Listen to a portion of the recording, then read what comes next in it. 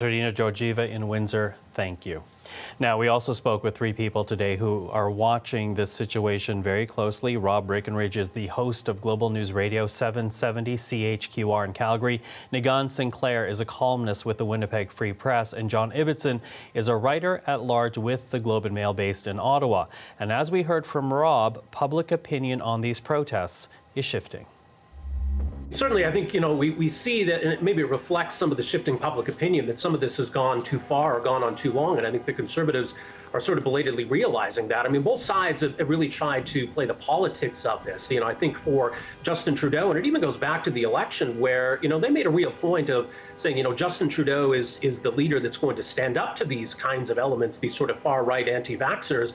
And I think even initially here, they tried to position Trudeau as that same kind of leader, that he's going to be the one to stand up for what's right. And, the Conservatives are going to get in lead with these other people over here. I think the Conservatives, on the other hand, saw, the potential that, look, here's this mess, and we can say that this is Justin Trudeau's fault. I think to some extent they saw a movement that maybe they felt they could capitalize on. And I think belatedly both sides here realizing that, this was not well handled by the government and by the opposition. And to some extent, I think it's contributed to the overall situation. So, whether the leaders we have in place are the ones to de-escalate all of this, given the role they've played, I think, in what we see here, I'm not sure. And I think, there is a problem here for both parties in terms of how do we move forward here and how do we resolve this situation.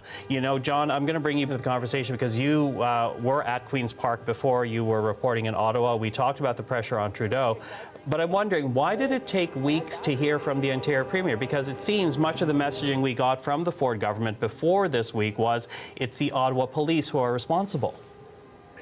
Yeah, obviously the Ford government moved and moved swiftly once it became clear that the blockade in Windsor was having a serious impact on the Ontario economy. But Ford has, in the main, left the Ottawa situation both to the Ottawa police and to the federal government. Basically, and I've always said that Ottawa is a city that is in but not of Ontario. And the Ford government is saying, whatever happens up there, it's up to the Liberals to wear it. I think in the end, though, as I said, we're going to have to ask the nation itself how much it is prepared to stand. How important is it to people in Vancouver and Halifax and Toronto that the downtown of Ottawa is occupied by essentially a hard core of protesters, right-wing anarchists, many of them white supremacists, who want nothing less than the resignation of the government? How much does it matter to them that this carries on? Are they prepared to just shrug and say, well, nobody likes Ottawa anyway? Or are they prepared to demand that this end? If they're prepared to demand that this end, then to what extent is the Ontario government obliged to work with the federal government to put the kind of resources, the thousands of OPP, the thousands of RCMP that would be needed to supplement the Ottawa police force in order to essentially blockade the protesters and starve them out? It's not a small thing to shut down the entire downtown of a city of 1 million people. It would require those kind of resources. Thus far, Doug Ford doesn't seem to think the situation warrants that kind of involvement. Neither, for that matter, does Justin Trudeau believe that the federal government should get that heavily involved. When does that stop? When do the people of Canada start to say, this must end, and we're holding the politicians who can make it end accountable for their actions? Well, I'll bring in Nigan on this. If Ottawa and if Queen's Park, the seat of the Ontario Legislature in Toronto, do not intervene more with what's happening in Ottawa, and again, we're looking at video from Windsor right now, not the situation in Ottawa, but the protest in Ottawa is now entering its third weekend. And if they do not intervene with what's happening in Parliament Hill, Nigan, does that actually embolden other protesters to keep popping up across the country? Well, I think that as we've seen most of the other protests that involve racialized oppressed groups that have legal arguments, most of those groups have been quite reasonable, and they have been staying in places for hours at a time. And in the case of some Indigenous protests, for example, while there have been traffic slowdowns or perhaps an interruption of a rail line for 24 hours, it doesn't stay, because I think people generally understand that everyday Canadians are interested, or people want to get each other on each other's side. These individuals don't seem to care if anyone else else comes on their side other than they're just their individual entitlements, and they're really just worried about their own selfish interests. Just furthermore to talking about the ways in which provinces are acting in relation to these protests, which are popping up all across the prairies. In Manitoba, we have right now several hundred people who are downtown. There's a blockade at the border. Same thing in Alberta. We're seeing the rise in Saskatchewan.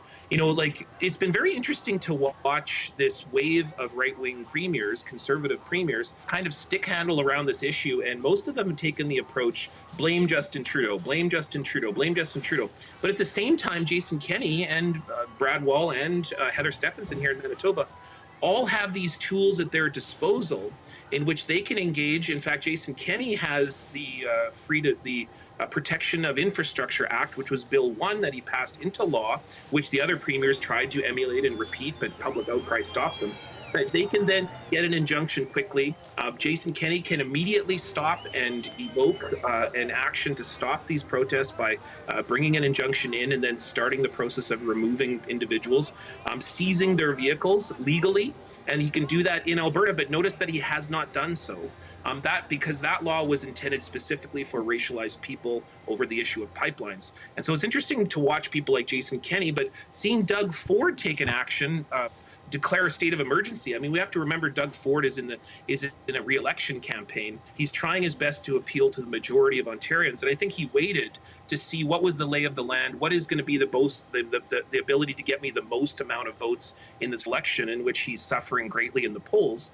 And I think this is his Hail Mary. This is his move to try to get public support by taking a hard stand on what would technically be his base, individuals who would likely support his government, but he's taking a strong stand because he sees more support in the majority of Ontarians who don't support